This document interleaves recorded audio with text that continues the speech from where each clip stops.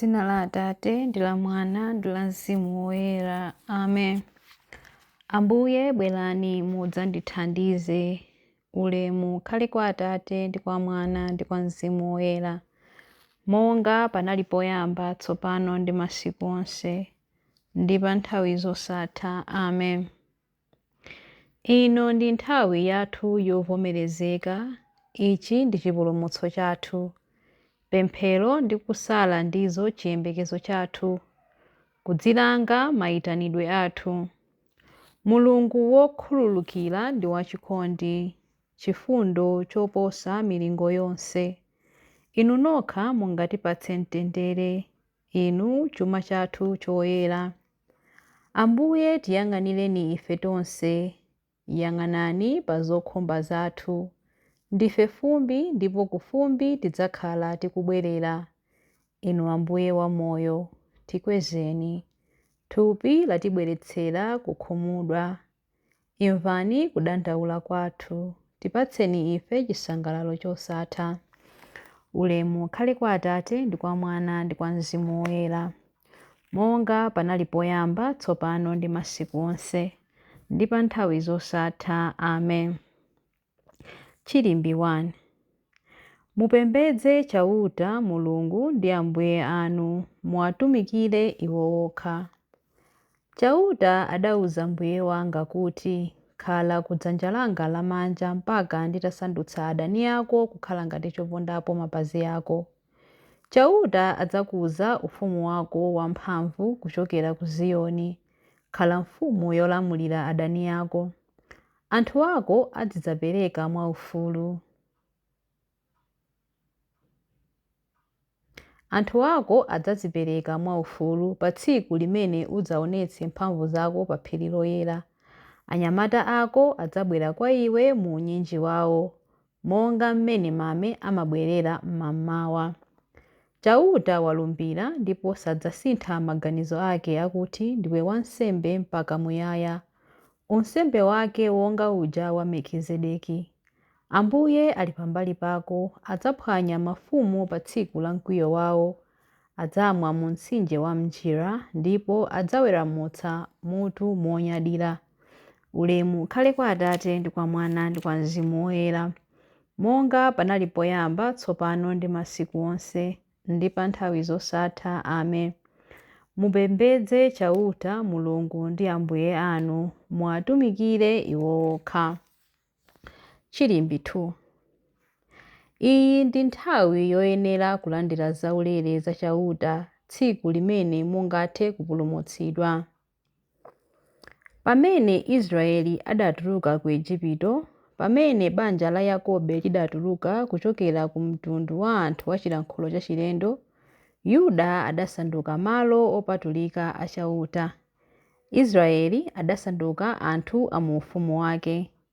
Nyanja idaona zimenezi nithawa. Mtsinje wa Yorodani udabwerera m'mbuyo. Mapiri akulu adalumphalumpha ngati nkhosa zamphongo, nazonso zitunda zidalumpha ngati ana ankhosa. Iwe nyanja, chikukuvuta nchiyani kuti uzithawa? Nanga iwe Yorodani, ukubwereranji m'mbuyo? Inu mapiri, chikukuvutani nchiyani kuti muzilumphalumpha ngati nkhosa zamphongo? Nanga inu zitunda, mukulumphiranji ngati ana ankhosa? Njenjemera iwe dziko lapansi, chifukwa chauta akubwera. Zoonadi akubwera Mulungu wa Yakobe. Iye amasandutsa thanthwe kukhala dziwe la madzi, amasandutsa mwala wolimba kukhala kasupe wa madzi. Ulemu ukhale kwa Atate ndi kwa Mwana ndi kwa Mzimu Woyera, monga panali poyamba, tsopano ndi masiku onse, ndi pa nthawi zosatha. Amen. Iyi ndi nthawi yoyenera kulandira zaulere za chauta, tsiku limene mungathe kupulumutsidwa. Chilimbi 3. Tsopano tiyenera kupita ku Yerusalemu, ndipo zonse zimene aneneri adalemba za Mwana wa Munthu zidzapherezeradi. Khristu nayenso adamva zowawa chifukwa cha inu nakusiyirani chitsanzo kuti muzilondola mapazi ake. Iye sadachitepo tchimo lililonse ndipo sananene bodza lililonse. Pamene anthu ankamuchita chipongwe, iye sadabwezere chipongwe. Pamene ankazunzika, iye sadaopseze, koma adapereka zonse kwa Mulungu amene amaweruza molungama. Khristu mwini wake adasenza machimo athu m'thupi lake pa mtanda, kuti m'machimo tikhale ngati akufa, koma pakutsata chilungamo tikhale amoyo ndithu. Mudachiritsidwa ndi mabala ake. Ulemu ukhale kwa Atate ndi kwa Mwana ndi kwa Mzimu Woyera, monga panali poyamba, tsopano ndi masiku onse, ndi pa nthawi zosatha. Amen. Tsopano tiyenera kupita ku Yerusalemu, ndipo zonse zimene aneneri adalemba za Mwana wa Munthu zidzapherezeradi. Mawu a Mulungu.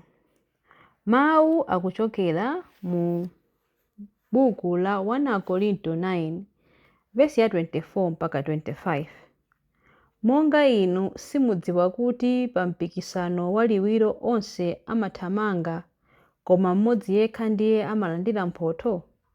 Tsono kuthamanga kwanu kukhale kwakuti nkukalandira mphothoyo. Aliyense wothamanga pa mpikisano waliwiro amadziletsa pa zonse. Iwowo amachita zimenezi kuti akalandire mphotho ya nkhata ya maluwa yotha kufota. Koma mphotho imene ife tidzalandira ndi yosafota. Ndibwerezanso. Monga inu simudziwa kuti pa mpikisano waliwiro onse amathamanga, koma mmodzi yekha ndiye amalandira mphotho? Tsono kuthamanga kwanu kukhale kwakuti nkulandira mphothoyo. Aliyense wothamanga pa mpikisano waliwiro amadziletsa pa zonse. Iwowo amachita zimenezi kuti akalandire mphotho ya nkhata ya maluwa yotha kufota. Koma mphotho imene ife tidzalandira ndi yosafota. Mawu a Ambuye. Tithokoze Mulungu. Chiyankho. Timvereni Ambuye ndipo tichitireni chisoni popeza tinakuchimwirani.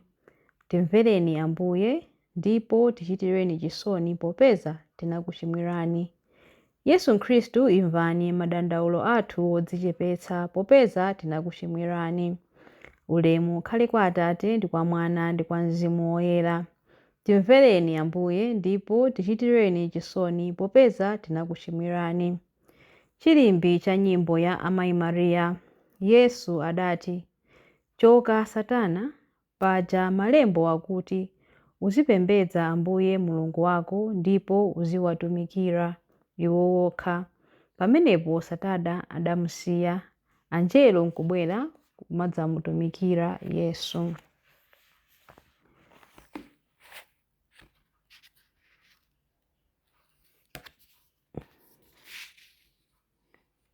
Mtima wanga ukutamanda Ambuye, ndipo mzimu wanga ukukondwera mwa Mulungu mpulumutsi wanga, popeza kuti wayang'ana kutsika kwa mtumiki wake. Ndithu kuyambira tsopano anthu a mibado yonse adzanditcha wodala. Iye amene ali wamphamvu wandichitira zazikulu, ndipo dzina lake ndoyera. Amawachitira chifundo anthu a mibado ndi mibado amene amamulemekeza. Wachita zamphamvu ndi dzanja lake. Wabalalitsa anthu a mtima wonyada.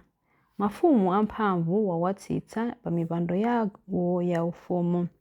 Anthu wamba nkuwakweza. Anthu anjala wawakhutitsa ndi zabwino. Anthu olemera nkuwabweza osawapatsa kanthu.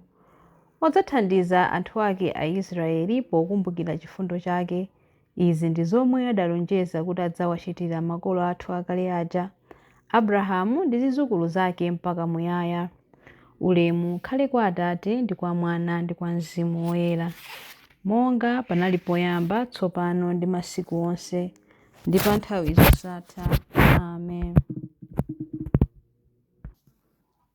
Yesu adati, choka Satana, paja malembo akuti uzipembedza Ambuye Mulungu wako ndipo uziwatumikira iwo okha. Pamenepo Satana adamusiya nkubwerera angelo nkubwera kudzamutumikira Yesu. Yesu adati, choka Satana, paja malembo akuti uzipembedza Ambuye Mulungu wako ndipo uziwatumikira iwo okha. Pamenepo Satana adamusiya angelo nkubwera kumadzamutumikira Yesu. Mapemphero. Matamando onse akhale kwa Mulungu Atate amene adabweretsa anthu ake osankhidwa m'moyo watsopano kudzera mwa liwu lake losatha. Tiyeni timpemphe monga ana ake. Ambuye, mverani chifundo anthu anu. Mulungu wachifundo, mverani mapemphero amene tikuwaperekera anthu anu onse, kuti athe kukhala ndi njala yayikulu yofuna kumva mawu anu kuposera njala yofuna chakudya cha thupi. Ambuye, mverani chifundo anthu anu.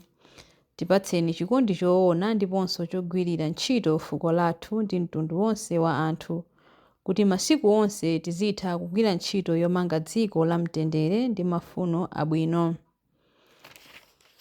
Ambuye, mverani chifundo anthu anu. Yang'anani ndi chikondi onse amene akubadwa mwatsopano kudzera mu ubatizo, kuti athe kukhala miyala ya moyo mu tempere lanu la uzimu. Ambuye, mverani chifundo anthu anu. Munachititsa kuti mzinda wa Nineve ulape pomvera malaliko a Yona. Ndi chifundo chanu khudzani mitima ya anthu ochimwa kuti amvere malaliko a mawu anu. Ambuye, mverani chifundo anthu anu.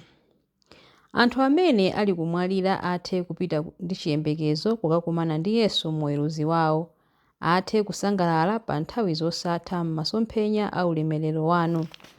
Ambuye, mverani chifundo anthu anu. Ambuye, mverani chifundo anthu anu pamene tikupemphera kuti Atate athu muli kumwamba, dzina lanu liyeretsedwe, ufumu wanu udze, kufuna kwanu kuchitidwe monga kumwamba choncho pansi pano. Mutipatse ife lero chakudya chathu cha lero.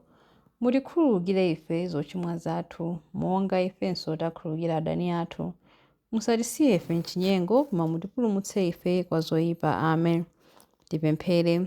Atate, polemekeza nyengo ya Lenti, tithandizeni kumvetsa tanthauzo la imfa ya mwana wanu ndi kuuka kwake, ndipo tiphunzitseni kulingalira zimenezi m'mitima mwathu. Tikupempha izi kudzera mwa Ambuye athu Yesu Khristu mwana wanu, amene ali ndi moyo ndi ufumu limodzi nanu ndi Mzimu Woyera, Mulungu tsopano ndi pa nthawi zosatha. Amen. Ambuye atidalitse, atiteteze ife ku zoyipa zonse ndi kutifikitsa ku moyo wosatha. Amen. Dzina la Atate ndi la Mwana ndi la Mzimu Woyera. Amen.